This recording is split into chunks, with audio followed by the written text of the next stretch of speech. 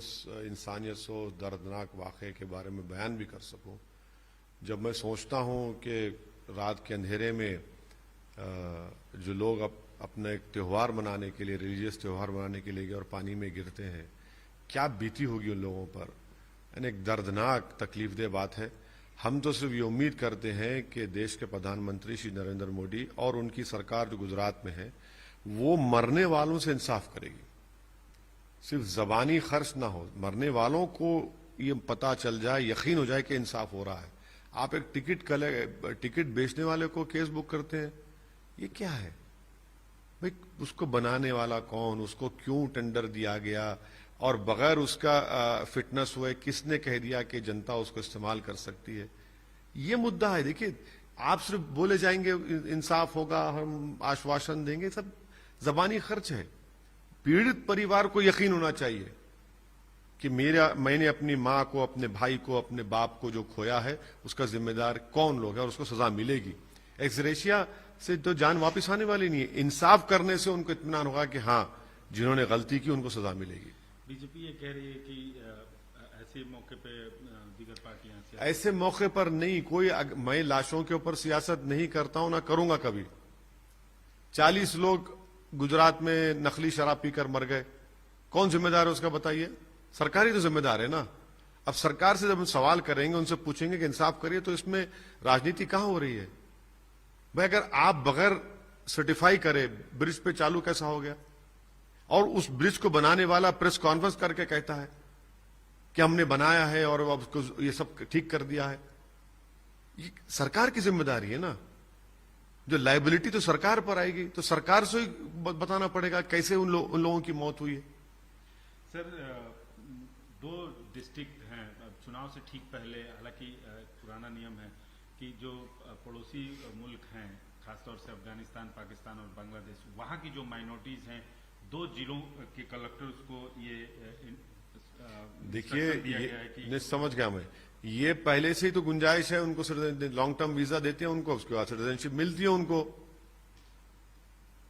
ये तो कौन सा नया काम कर रहे हैं?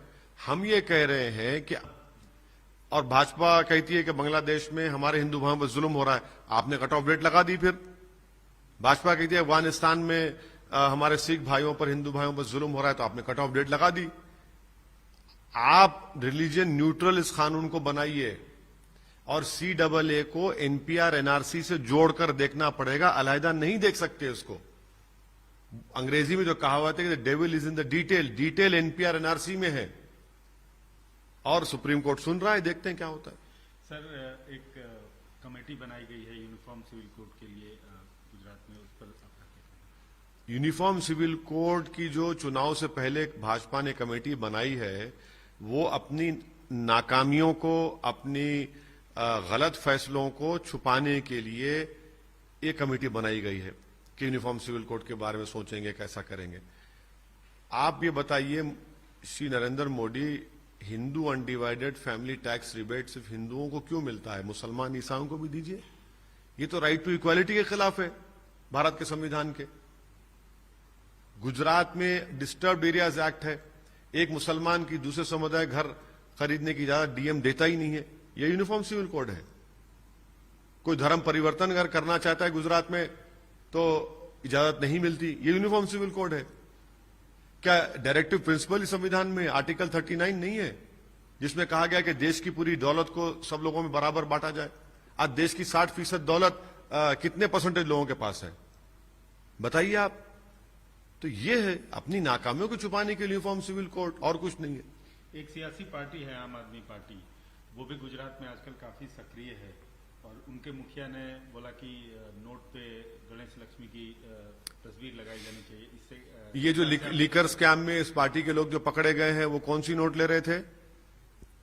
उनके एक मंत्री जेल में है, वो कौन सी नोट का इल्जाम उन पर लगा है?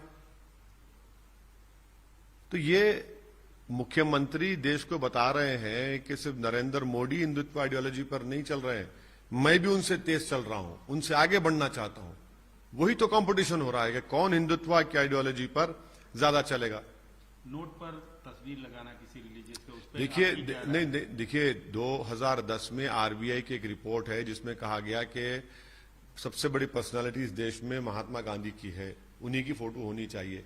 उस रिपोर्ट को लेट अरुण जेटली साहब जब मिनिस्टर थे, उस वक्त एमपी होते थे हमारे दोस्त कीर्ति आजाद साहब, उनके सवाल के जवाब में उन्होंने कहा था कि मोदी सरकार उस रिपोर्ट को मानती है। मद्रास हाईकोर्ट, एक और हाईकोर्ट ने एक पिटीशन को रिजेक्ट कर दिया कि जो मांग कर रहे थे कि और पर्सनालिटीज की फोटो हो।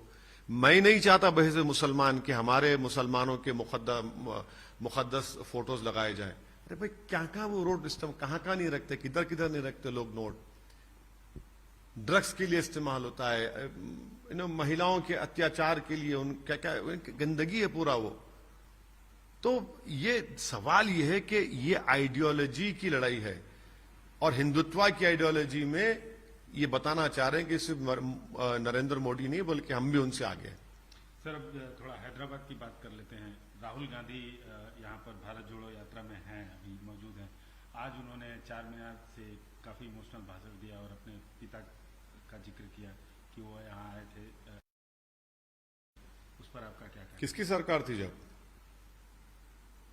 क्या हो रहा था हैदराबाद में जब? क्या हो रहा था? यहां पर हिंदू और मुसलमान एक दूसरे को मार रहे थे, वो भूल गए क्या? ठीक है, अच्छा है, सद्भावना करिए, होना चाहिए सद्भावना, हमको इतराज नहीं है उसका, करिए। उस भारत जोड़ो यात्रा को कैसे देखते हैं? अरे मुझे क्या करना है?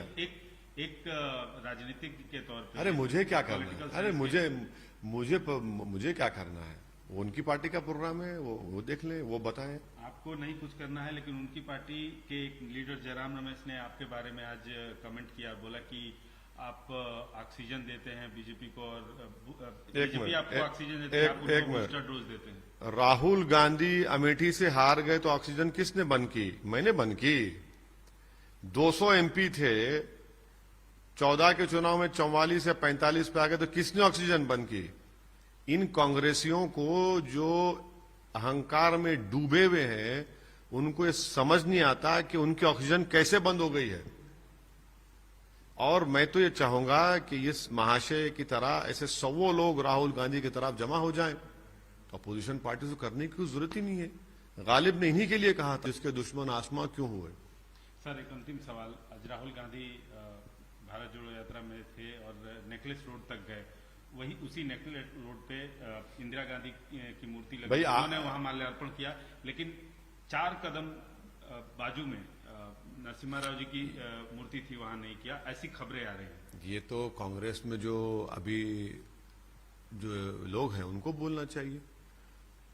हमारे दोस्त हैं सीधर बाबू करीमनगर के, उनको बोलना चाहिए ये बात, उनकी पार्टी के लोगों को बोलना चाहिए। हम क्या बोलेंगे? हमसे सवाल ही करना गलत है। तो कांग्रेस पार्टी को बताना चाहिए कि वो क्या वजह है।